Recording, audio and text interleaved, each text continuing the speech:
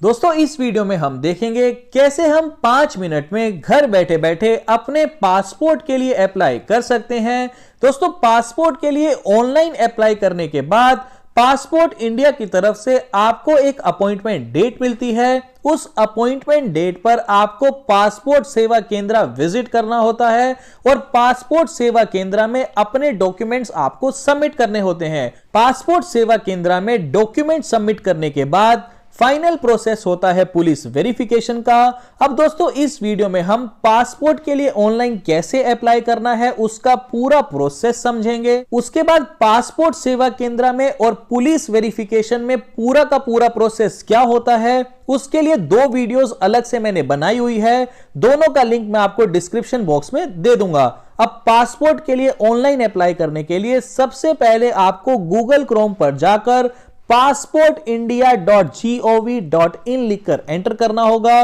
उसके बाद कुछ ऐसा इंटरफेस आपके आगे दिखाई देगा। सबसे पहले एक पॉपअप मैसेज आपके आगे दिखाई देगा। इस मैसेज के अंदर जो भी लिंक्स रेड कलर में दिखाई दे रहे हैं, ये पासपोर्ट इंडिया ने कहा है कि ये सारे के सारे फेक लिंक्स हैं। इन लिंक पे विजिट करके आपको पासपोर्ट के लिए अप्लाई नहीं करना। ओरिजिनल लिंक है www.passportindia.gov.in। ये लिंक मैं आपको डिस्क्रिप्शन बॉक्स में भी दे दूंगा ताकि इस लिंक पर डायरेक्ट क्लिक करके आप पासपोर्ट इंडिया की ऑफिशियल वेबसाइट पर पहुंच जाएंगे। कुछ ऐसा इंटरफेस आपके आगे दिखाई देगा। अब सबसे पहले इस पॉपअप मैसेज को हम क्लोज कर देते हैं। पॉपअप मैसेज को क्लोज करने के बाद कुछ ऐसा इंटरफेस आपके आगे दिखाई देगा। अब क्योंकि हम पहली बार अपने पासपोर्ट के लिए अप्लाई कर रहे हैं, यानी हमें फ्रेश पासपोर्ट चाहिए, तो यहां पर लेफ्ट साइड में न्यू यूजर रजिस्ट्रेशन के ऑप्शन पर हमें क्लिक करना होगा। न्यू यूजर रजिस्ट्रेशन के ऑप्शन पर क्लिक करने के बाद कुछ ऐसा इंटरफेस हमारे आगे दिखाई देगा। अब यहां पर सबसे पहले हमें पासपोर्ट ऑफिस को सेलेक्ट करना है, यानी हमें अपने शहर का नाम इस लिस्ट में से सेलेक्ट करना है। अब अगर आपके शहर का नाम इस लिस्ट में नहीं है तो जो भी डिस्ट्रिक्ट आपके शहर के नजदीक है उस डिस्ट्रिक्ट को आपको सेलेक्ट कर लेना है। पासपोर्ट ऑफिस सेलेक्ट करने के बाद आपको गिवन नेम के ऑप्शन में आपको अपना फर्स्ट नेम एंटर करना है। अब दोस्तों यहां पर ध्यान देने की बात यह है कि जो गिवन नेम का ऑप्शन है उसमें अगर आपका कहीं मिडिल नेम भी है तो आपको फर्स्ट नेम और मिडिल नेम गिवन नेम के ऑप्शन में एंटर करना है। उसके बाद जो नेक्स्ट ऑप्शन गिवन है यानी सरनेम का ऑप्शन, उसमें आपको अपना लास्ट नेम एंटर करना है। अब गिवन नेम और सरनेम एंटर करने के बाद ये आपसे आपकी डेट ऑफ बर्थ पूछ रहा है, तो आपको अपनी डेट ऑफ बर्थ यहां पर एंटर करनी है। डेट ऑफ बर्थ एंटर करने के बाद आपको अपनी ईमेल आईडी यहां पर एंटर करनी है। अब दोस्तों यहां पर ध्यान देने की बात यह है कि ईमेल आईडी में आपको अपनी वही मेल आईडी एंटर करनी है जो आपकी मेल आईडी एक्टिवेट हो, क्योंकि आपकी मेल आईडी पर एक लिंक भेजा जाएगा जिस लिंक पर आपको क्लिक करके अपने आप को एक्टिवेट करना होगा। तो ईमेल आईडी में आपको ध्यान देना है कि वही ईमेल आईडी आपको एंटर करनी है जो एक्टिवेट हो। उसके बाद ये पूछ रहा है कि क्या आप चाहते हैं कि जो आपकी ईमेल आईडी है वही आपकी लॉगिन आईडी हो, तो इसको आपको यहां पर यस क्लिक कर लेना है। उसके बाद जो आपकी ईमेल आईडी है वही आपकी लॉगिन आईडी बन जाएगी। उसके बाद एक पासवर्ड आपको यहां पर सेट कर लेना है। पासवर्ड सेट करने के बाद नीचे आपको कंफर्म पासवर्ड में वही पासवर्ड दोबारा एंटर करना है। सिंपली आपको एक पासवर्ड अपने लिए सेट कर लेना है।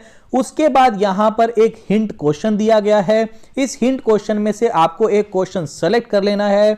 उसके बाद नीचे आपको हिंट आंसर के अंदर इस हिंट क्वेश्चन का आंसर डाल देना है कि इन केस अगर आप लॉगिन आईडी और पासवर्ड भूल जाते हैं तो आप हिंट क्वेश्चन की मदद से अपने आप को लॉगिन कर सके। दोस्तों सिक्योरिटी रीजंस की वजह से मैं अपनी पर्सनल डिटेल्स यहां पर आपको शो नहीं कर सकता। उसके बाद नीचे एट द एंड आपको ये कैप्चा कोड एंटर करना है। कैप्चा कोड में जो भी अल्फाबेट्स और नंबर यहां पर लिखे गए हैं एज इट इज आपको नीचे एंटर कर देने हैं। कैप्चा कोड एंटर करने के बाद नीचे आपको रजिस्टर के ऑप्शन पर क्लिक करना है। रजिस्टर के ऑप्शन पर क्लिक करने के बाद नेक्स्ट पेज पर यहां पर हमारे सामने ये मैसेज दिखाई दे रहा है कि हमारी रजिस्ट्रेशन सक्सेसफुली कंप्लीट हो चुकी है। अब हमारी ईमेल आईडी पर पासपोर्ट इंडिया की तरफ से एक लिंक भेजा गया है। तो सबसे पहले हमें अपनी ईमेल आईडी को लॉगिन करना है। ईमेल आईडी को लॉगिन करने के बाद यहां पर एक लिंक हमें भेजा गया है, इस लिंक पर आपको क्लिक करना है। लिंक पर क्लिक करने के बाद यहां पर यह बोल रहा है कि आपको अपनी यूजर आईडी यहां पर एंटर करनी है। यूजर आईडी में आपको वही आईडी एंटर करनी है जो आपकी ईमेल आईडी है, क्योंकि हमने पीछे सेलेक्ट किया था कि हमारी लॉगिन आईडी और ईमेल आईडी सेम होनी चाहिए। तो यहां पर सिंपली आपको अपनी ईमेल आईडी एंटर करनी है जो ईमेल आईडी आपने फर्स्ट पेज पर एंटर की थी। अपनी ईमेल आईडी एंटर करने के बाद नीचे आपको सबमिट के ऑप्शन पर क्लिक करना है। दोस्तों यहां पर मैं सिक्योरिटी रीजंस की वजह से अपनी ईमेल आईडी आपको शो नहीं कर सकता। सबमिट के ऑप्शन पर क्लिक करने के बाद नेक्स्ट पेज पर हमारे सामने एक मैसेज शो हो रहा है कि हमारा अकाउंट सक्सेसफुली एक्टिवेट हो चुका है। नेक्स्ट लाइन में एक लिंक भी दिया गया है कि क्लिक हियर टू लॉगिन। इस लिंक पर हमें क्लिक करना है। क्लिक हियर टू लॉगिन के लिंक पर क्लिक करने के बाद नेक्स्ट पेज पर दोबारा ये हमसे हमारी लॉगिन आईडी मांग रहा है। यहां पर आपको वही लॉगिन आईडी एंटर करनी है जो आपकी ईमेल आईडी है। तो अपनी ईमेल आईडी दोबारा यहां पर एंटर करने के बाद नीचे आपको कंटिन्यू के ऑप्शन पर क्लिक करना है। कंटिन्यू के ऑप्शन पर क्लिक करने के बाद नेक्स्ट पेज पर ये आपसे आपका पासवर्ड पूछ रहा है। तो यहां पर आपको वही पासवर्ड एंटर करना है जो आपने पीछे सेट किया था। पासवर्ड एंटर करने के बाद नीचे आपको captcha code as it is यहां पर फिल करना है। उसके बाद एट द एंड आपको नीचे लॉगिन के ऑप्शन पर क्लिक करना है। नेक्स्ट पेज पर कुछ ऐसा इंटरफेस आपके आगे दिखाई देगा। अब क्योंकि हम पहली बार अपने पासपोर्ट के लिए अप्लाई कर रहे हैं तो हमें यहां पर सबसे पहले लिंक पर क्लिक करना है, अप्लाई फॉर फ्रेश पासपोर्ट / री इश्यू ऑफ पासपोर्ट। तो इस पहले लिंक पर हमें क्लिक करना है। इस लिंक पर क्लिक करने के बाद नेक्स्ट पेज पर यह पूछ रहा है कि आप पासपोर्ट के लिए किस प्रकार से अप्लाई करना चाहते हैं। यहां पर आपके पास दो ऑप्शंस अवेलेबल हैं। जो अल्टरनेटिव टू यानी जो सेकंड ऑप्शन है उस ऑप्शन के हिसाब से आपको एक ऑफलाइन फॉर्म फिल करके पासपोर्ट इंडिया के पास बाय कोरियर अपने सारे डॉक्यूमेंट्स भेजने होंगे। और जो पहला ऑप्शन है उसके अंदर ऑनलाइन ही आप फॉर्म फिल करके पासपोर्ट के लिए अप्लाई कर सकते हैं। तो यहां पर हम ऑनलाइन ही फॉर्म को फिल करेंगे। तो हम पहले वाले ऑप्शन को सेलेक्ट कर लेंगे। पहले वाले ऑप्शन के अंदर आपको एक लिंक दिया गया है, click here to fill the application form online. इस लिंक के ऊपर आपको क्लिक करना है। लिंक पर क्लिक करने के बाद नेक्स्ट पेज पर सबसे पहले ये कुछ आपकी बेसिक डिटेल्स पूछ रहा है। सबसे पहले आपको अपनी होम स्टेट सेलेक्ट करनी है, यानी जिस भी राज्य में आप रहते हैं आपको अपनी स्टेट का नाम इस लिस्ट में से सेलेक्ट कर लेना है। उसके बाद आपको अपनी डिस्ट्रिक्ट का नाम सेलेक्ट करना है। ये दोनों ऑप्शन सेलेक्ट करने के बाद ऑटोमेटिकली ये आपको नेक्स्ट पेज पर ले जाएगा। अब नेक्स्ट पेज पर ये आपसे कुछ बेसिक सवाल पूछ रहा है, जिसमें सबसे पहले आपको फ्रेश पासपोर्ट के ऑप्शन को सेलेक्ट करना है। उसके बाद नॉर्मल और 36 पेजेस के ऑप्शन को सेलेक्ट करने के बाद नीचे आपको नेक्स्ट के ऑप्शन पर क्लिक करना है। अब नेक्स्ट पेज पर ये एप्लीकेंट डिटेल्स पूछ रहा है, जिसमें आपको दोबारा अपना नेम एंटर करना है। अब यहां पर ध्यान देने की बात यह है, अगर किसी व्यक्ति का कोई मिडिल नेम भी है तो गिवन नेम के ऑप्शन में ही उसे फर्स्ट नेम और अपना मिडिल नेम एंटर करना है और सरनेम के ऑप्शन में उसे अपना लास्ट नेम एंटर करना है। ये सारी डिटेल्स भरने के बाद उसके बाद आपको अपना जेंडर सेलेक्ट करना है। उसके बाद ये पूछ रहा है कि क्या आपका कोई और नाम भी है। यदि आपको किसी और नाम से भी जाना जाता है तो यहां पर आपको यस सेलेक्ट करना है, अदरवाइज आपको नो के ऑप्शन को सेलेक्ट करना है। उसके बाद यह पूछ रहा है कि क्या आपने अपनी लाइफ में कभी अपना नाम चेंज किया है। अगर आपने कभी अपना नाम चेंज किया है तो यस के ऑप्शन को सेलेक्ट करना है, अदरवाइज आपको नो के ऑप्शन को सेलेक्ट करना है। उसके बाद आपको अपनी डेट ऑफ बर्थ एंटर करनी है। फिर आपको अपना प्लेस ऑफ बर्थ एंटर करना है कि आपका बर्थ प्लेस कौन सा है। उसके बाद आपको अपनी स्टेट सेलेक्ट करनी है। फिर आपको अपनी डिस्ट्रिक्ट एंटर करनी है। उसके बाद आपको अपना मैरिटल स्टेटस एंटर करना है। यदि आपकी शादी हो चुकी है तो मैरिड, अदरवाइज आपको अनमैरिड के ऑप्शन को सेलेक्ट करना है। उसके बाद ये पूछ रहा है कि आप भारतीय नागरिक कब से हैं, तो यहां पर आपको बर्थ के ऑप्शन को सेलेक्ट करना है। फिर ये आपसे आपका पैन कार्ड नंबर और वोटर कार्ड नंबर मांग रहा है। अगर आपके पास पैन नंबर और वोटर कार्ड नंबर नहीं है तो इसे आप खाली छोड़ दीजिए, ये भरना जरूरी नहीं है। फिर आपको अपनी एम्प्लॉयमेंट टाइप एंटर करनी है। उसके बाद ये पूछ रहा है कि क्या आपकी फैमिली में कोई गवर्नमेंट सर्विस करता है, यदि करता है तो यस, अदरवाइज नो के ऑप्शन को सेलेक्ट करना है। फिर आपको अपनी एजुकेशन क्वालिफिकेशंस एंटर करनी है और उसके बाद मोस्ट इंपॉर्टेंट ये है कि यहां पर ये पूछ रहा है कि क्या आप नॉन ईसीआर कैटेगरी के लिए एलिजिबल हैं। तो यदि आपने अपनी 10th क्लास की पढ़ाई की हुई है, यानी अगर आप 10th क्लास से ज्यादा पढ़े हुए हैं, तो उस केस में नॉन ईसीआर कैटेगरी के ऑप्शन में आपको यस सेलेक्ट करना है। यदि आप 10वीं क्लास से कम पढ़े लिखे हैं तो उस केस में आपको नो के ऑप्शन को सेलेक्ट करना है। इन सब के अलावा लेफ्ट साइड में ये पूरी लिस्ट ओपन हो चुकी है। इस लिस्ट को भी आप देख सकते हैं कौन सा व्यक्ति नॉन ईसीआर कैटेगरी के लिए एलिजिबल है और कौन सा व्यक्ति नॉन ईसीआर कैटेगरी के लिए एलिजिबल नहीं है। उसके बाद यहां पर ये आपसे आपका आधार नंबर पूछ रहा है, तो यहां पर आप अपने आधार कार्ड का नंबर एंटर कर दीजिए। नीचे आई एग्री के ऑप्शन में यस के चेकबॉक्स को सेलेक्ट कर लीजिए। उसके बाद सिंपली आपको नेक्स्ट के ऑप्शन पर क्लिक करना है। नेक्स्ट के ऑप्शन पर क्लिक करने के बाद नेक्स्ट पेज पर आपको आपकी फैमिली की डिटेल्स एंटर करनी है, जिसमें सबसे पहले ये आपसे आपके फादर का नेम पूछ रहा है। तो यहां पर आपको फर्स्ट नेम अपने फादर का एंटर करना है। उसके बाद आपको अपने फादर का लास्ट नेम एंटर करना है। फिर आपको अपनी मदर का फर्स्ट नेम एंटर करना है। उसके बाद मदर का लास्ट नेम एंटर करना है। अगर आपकी शादी हो चुकी है तो उस केस में आपको स्पाउस का फर्स्ट नेम एंटर करना है और लास्ट ऑप्शन में स्पाउस का लास्ट नेम एंटर करने के बाद नीचे आपको नेक्स्ट के ऑप्शन पर क्लिक करना है। उसके बाद नेक्स्ट पेज पर यहां पर ये आपसे आपके एड्रेस की कुछ डिटेल्स पूछा है, जिसमें सबसे पहले सिंपली आपको अपना हाउस नंबर एंटर करना है। अपना कंप्लीट हाउस एड्रेस एंटर करने के बाद नीचे आपको अपनी डिस्ट्रिक्ट का नाम एंटर करना है। उसके बाद आपको अपनी स्टेट का नाम यहां पर एंटर करना है। दोबारा यहां पर अपनी डिस्ट्रिक्ट का नाम सेलेक्ट करना है। उसके बाद जो भी पुलिस स्टेशन आपके घर के नजदीक है, अपने शहर में उस पुलिस स्टेशन का नाम यहां पर आपको सेलेक्ट करना है। अपनी डिस्ट्रिक्ट का पिन कोड एंटर करना है। उसके बाद आपको अपना मोबाइल नंबर एंटर करना है। फिर आपको अपनी ईमेल आईडी दोबारा यहां पर एंटर करनी है। उसके बाद एट द एंड ये पूछ रहा है कि इज परमानेंट एड्रेस अवेलेबल, तो यहां पर आपको यस के ऑप्शन को सेलेक्ट करना है। यस के ऑप्शन को सेलेक्ट करने के बाद नीचे ये पूछ रहा है कि आपका परमानेंट एड्रेस और जहां पर फिलहाल अभी आप रह रहे हैं, अगर वो दोनों एड्रेस सेम है तो यहां पर यस सेलेक्ट करना है। अगर आप अपने घर के अलावा कहीं दूसरे एड्रेस पर रहते हैं तो नो के ऑप्शन को आपको सेलेक्ट करना है। उसके बाद आपके प्रेजेंट एड्रेस की कंप्लीट डिटेल्स आपको एंटर करनी है। उसके बाद दोबारा आपको नेक्स्ट के ऑप्शन पर क्लिक करना है। अब यहां पर इस पेज पर ये कुछ इमरजेंसी कॉन्टैक्ट की डिटेल्स आपसे पूछ रहा है, तो सिंपली आपको अपने परिवार में किसी भी व्यक्ति का नाम और एड्रेस यहां पर एंटर करना है। उसके बाद नीचे आपको उनका मोबाइल नंबर एंटर करना है। फिर आपको नीचे नेक्स्ट के ऑप्शन पर क्लिक करना है।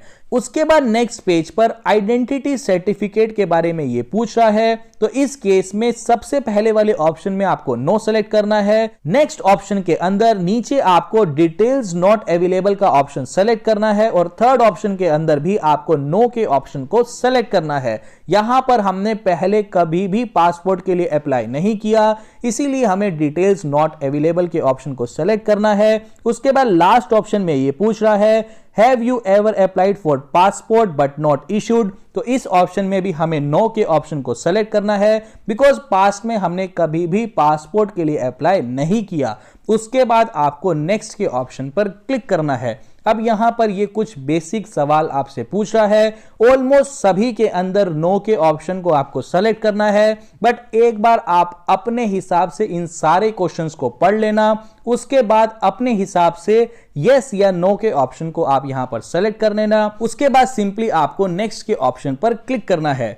उसके बाद नेक्स्ट पेज पर कुछ ऐसा इंटरफेस आपके पासपोर्ट का दिखाई देगा, यानी जब आपका पासपोर्ट बन जाएगा तो कुछ ऐसा ओवरव्यू आपको दिखाई देगा। सिंपली यहां पर नीचे आपको नेक्स्ट के ऑप्शन पर क्लिक करना है। नेक्स्ट के ऑप्शन पर क्लिक करने के बाद नेक्स्ट पेज पर यह सेल्फ डिक्लेरेशन फॉर्म आपसे फिल करवा रहा है, जिसमें आपको सबसे पहले प्रूफ ऑफ बर्थ के केस में आधार कार्ड के ऑप्शन को सेलेक्ट करना है। उसके बाद प्रूफ ऑफ प्रेजेंट रेजिडेंशियल के ऑप्शन में भी आपको आधार कार्ड के ऑप्शन को ही सेलेक्ट करना है। उसके बाद यह पूछ रहा है कि क्या आप एसएमएस फैसिलिटी चाहते हैं, जिसमें आपको 50 रुपए का भुगतान करना होगा, तो इसमें हमें यस के ऑप्शन को सेलेक्ट करना है। जब हम पासपोर्ट सेवा केंद्र जाएंगे उस समय हमें पासपोर्ट सेवा केंद्र में इस 50 रुपए का भुगतान करना होगा। इसका फायदा यह है कि जब तक हमारी अपॉइंटमेंट डेट नहीं आती तो किसी भी प्रकार की कोई नोटिफिकेशन या किसी भी प्रकार का कोई मैसेज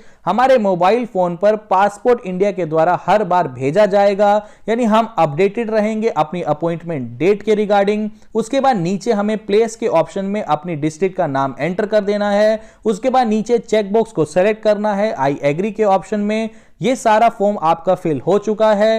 लास्ट में आपको सबमिट फॉर्म के ऑप्शन पर क्लिक करना है।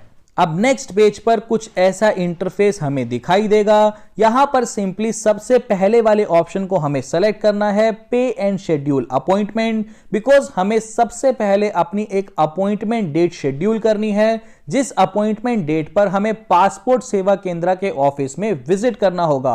अब अपॉइंटमेंट शेड्यूल करने से पहले 1500 रुपए की पेमेंट हमें पासपोर्ट इंडिया को करनी होगी। अब यह पेमेंट हम ऑनलाइन मोड से करना चाहते हैं, तो पहले ऑप्शन को सेलेक्ट करने के बाद नीचे हमें नेक्स्ट के ऑप्शन पर क्लिक करना है। अब यहां पर यह हमारी डिटेल शो कर रहा है, तो सिंपली हमें नीचे नेक्स्ट के ऑप्शन पर क्लिक करना है। नेक्स्ट के ऑप्शन पर क्लिक करने के बाद नेक्स्ट पेज पर हमें यह हमारा एप्लीकेशन रेफरेंस नंबर शो कर रहा है। उसके अलावा हमें अपनी लोकेशन को यहां पर सेलेक्ट करना है कि किस लोकेशन में हम अपनी अपॉइंटमेंट डेट बुक करना चाहते हैं। उसके बाद नीचे हमें कैप्चा कोड एंटर करना है। यह सारी डिटेल डालने के बाद नीचे आपको नेक्स्ट के ऑप्शन पर क्लिक करना है।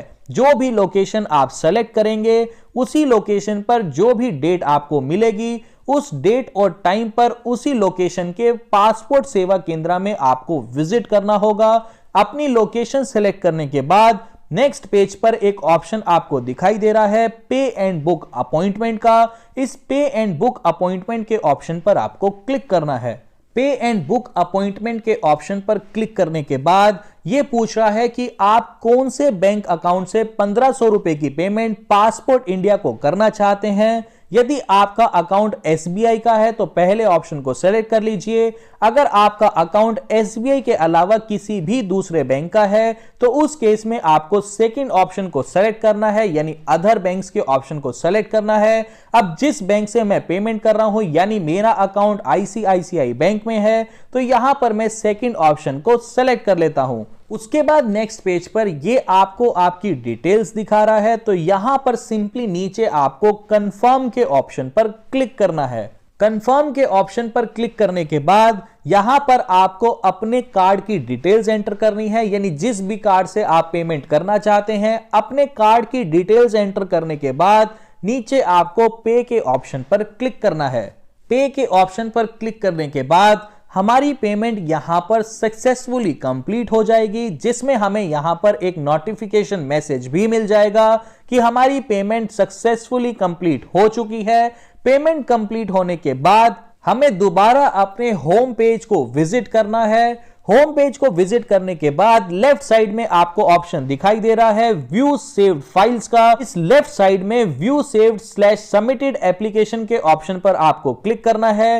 राइट साइड में आपको अपना ARN नंबर सेलेक्ट करना है। नीचे आपको ढेरों ऑप्शंस दिखाई देंगे। यहां पर नीचे आपको प्रिंट एप्लीकेशन रिसिप्ट के ऑप्शन पर क्लिक करना है। नीचे आपको पेमेंट स्टेटस में नॉट पेड अभी दिखाई देगा, तो यहां पर आपको बिल्कुल भी घबराने की जरूरत नहीं है। आपकी पेमेंट सक्सेसफुली कंप्लीट हो चुकी है। लगभग 24 घंटों के अंदर ये ऑटोमेटिकली नॉन पेड से हटकर पेड ही दिखाने लगेगा, तो यहां पर आपको दोबारा पेमेंट करने की जरूरत नहीं है। ये यहां पर अभी initially not paid he show करेगा। उसके बाद दोबारा आपको होम पेज पर विजिट करना है। होम पेज पर विजिट करने के बाद यहां पर पासपोर्ट अप्लाई करते समय काफी बार यह देखा गया है कि जब हम पेमेंट कर देते हैं उसके बाद भी हमारी अपॉइंटमेंट शेड्यूल नहीं होती, तो इसके लिए हमें दोबारा यहां पर चेक करना होगा। नीचे आपको ऑप्शन दिखाई दे रहा है पेमेंट एंड अपॉइंटमेंट का। इस पेमेंट एंड अपॉइंटमेंट के ऑप्शन पर आपको क्लिक करना है। पेमेंट एंड अपॉइंटमेंट के ऑप्शन पर क्लिक करने के बाद नीचे आपको एक ऑप्शन दिखाई दे रहा है पे एंड शेड्यूल अपॉइंटमेंट का। इस पे एंड शेड्यूल अपॉइंटमेंट के ऑप्शन पर आपको क्लिक करना है। पे एंड शेड्यूल अपॉइंटमेंट के ऑप्शन पर क्लिक करने के बाद यहां पर लिखा हुआ है कि you have not taken an appointment, यानी अभी तक हमारी कोई भी अपॉइंटमेंट शेड्यूल नहीं हुई है। तो अपॉइंटमेंट डेट शेड्यूल करने के लिए नीचे हमें नेक्स्ट के ऑप्शन पर क्लिक करना है। अब नेक्स्ट पेज पर यह हमें दोबारा उसी पेज पर ले जाएगा जहां पर आपको अपनी लोकेशन को सेलेक्ट करना है, यानी जिस भी लोकेशन पर आप चाहते हैं अपनी अपॉइंटमेंट शेड्यूल करना, उसी डिस्ट्रिक्ट में आपको पासपोर्ट सेवा केंद्र विजिट करना होगा। यहां पर अपनी लोकेशन सेलेक्ट करने के बाद नीचे आपको सिंपली अपना कैप्चा कोड फिल करना है, यानी जो भी अल्फाबेट्स और नंबर्स यहां पर दिए गए हैं एज इट इज नीचे एंटर करने के बाद नीचे आपको नेक्स्ट के ऑप्शन पर क्लिक करना है। उसके बाद नेक्स्ट पेज पर दोबारा आपको यहां पर अपनी डेट सेलेक्ट कर लेनी है, यानी जिस भी डिस्ट्रिक्ट को आपने सेलेक्ट किया है उस डिस्ट्रिक्ट में पासपोर्ट सेवा केंद्र में आपके लिए कौन कौन सी डेट अवेलेबल है, इस कैलेंडर में से आपको अपनी डेट सेलेक्ट कर लेनी है। उसके बाद सिंपली बुक अपॉइंटमेंट के ऑप्शन पर आपको क्लिक करना है। बुक अपॉइंटमेंट के ऑप्शन पर क्लिक करने के बाद नेक्स्ट पेज पर अपॉइंटमेंट कंफर्मेशन का मैसेज हमें मिल जाएगा, यानी हमारी अपॉइंटमेंट सक्सेसफुली अब बुक हो चुकी है। यहां पर हमें हमारा अपॉइंटमेंट नंबर भी मिल चुका है। अब जो भी लोकेशन, डेट और टाइम हमने बुक किया है उस लोकेशन और डेट और टाइम पर हमें यहां पर अपने डॉक्यूमेंट्स पासपोर्ट सेवा केंद्र में सबमिट करने होंगे। अब यहां पर हमें इस पेज को नीचे की तरफ स्क्रॉल डाउन करना है। पेज को स्क्रॉल डाउन करने के बाद नीचे आपको एक ऑप्शन दिखाई दे रहा है प्रिंट एप्लीकेशन रिसिप्ट का। इस प्रिंट एप्लीकेशन रिसिप्ट के ऑप्शन पर आपको क्लिक करना है। फाइनली कुछ ऐसा इंटरफेस आपके आगे दिखाई देगा। यहां पर सक्सेसफुली हमारी अपॉइंटमेंट डेट बुक हो चुकी है। उस अपॉइंटमेंट डेट पर आपको अपने पासपोर्ट सेवा केंद्र में विजिट करना होगा। अब पासपोर्ट सेवा केंद्र में कौन कौन से डॉक्यूमेंट्स आपको सबमिट करने हैं और पासपोर्ट सेवा केंद्र में आपसे कौन कौन से सवाल पूछे जाते हैं, सारी की सारी डिटेल्स एक अलग वीडियो में हमने डिस्कस की हुई है। इन सब के अलावा जब आपका पूरा प्रोसेस, यानी जब आप अपने डॉक्यूमेंट्स पासपोर्ट सेवा केंद्र में सबमिट कर देंगे, उसके बाद आपकी फाइल वेरिफिकेशन के लिए आपके नजदीकी पुलिस स्टेशन भेज दी जाती है। उसके बाद पुलिस स्टेशन से आपको एक कॉल आता है या फिर कई बार पुलिसकर्मी आपके घर पर भी विजिट करके अपनी वेरिफिकेशन का प्रोसेस कंप्लीट करते हैं। अब पुलिस वेरिफिकेशन में आपसे कौन कौन से सवाल पूछे जाते हैं और पुलिस वेरिफिकेशन का पूरा प्रोसेस क्या है, यह भी हमने एक अलग वीडियो में डिस्कस किया हुआ है। दोनों ही वीडियो का लिंक मैं आपको डिस्क्रिप्शन बॉक्स में दे दूंगा, ताकि पासपोर्ट सेवा केंद्र और पुलिस वेरिफिकेशन के प्रोसेस में आपको किसी भी प्रकार की परेशानी ना हो और इजीली आपका पासपोर्ट कोरियर के माध्यम से आपके घर पर डिलीवर कर दिया जाए। तो उम्मीद करता हूं पासपोर्ट के लिए ऑनलाइन कैसे अप्लाई करना था ये सब कुछ आपको समझ आ गया है। अगर आपको वीडियो पसंद आई तो इसको जरूर लाइक करना और चैनल को जरूर सब्सक्राइब करना। अभी के लिए this is the end of the video. Thanks for listening and thank you all.